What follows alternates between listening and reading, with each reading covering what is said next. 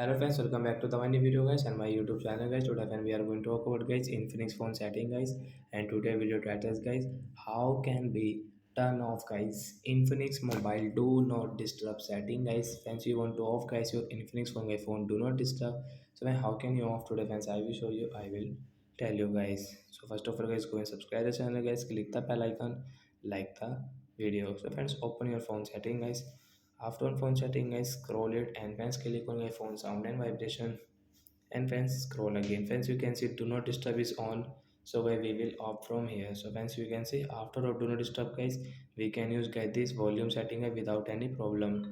In our Infinix phone device guys, you can use it. Automatic guys this volume will on and we can use it. So like that guys we can off guys Infinix phone my phone do not disturb setting guys. So that's it guys, thanks for watching the video, bye bye friends.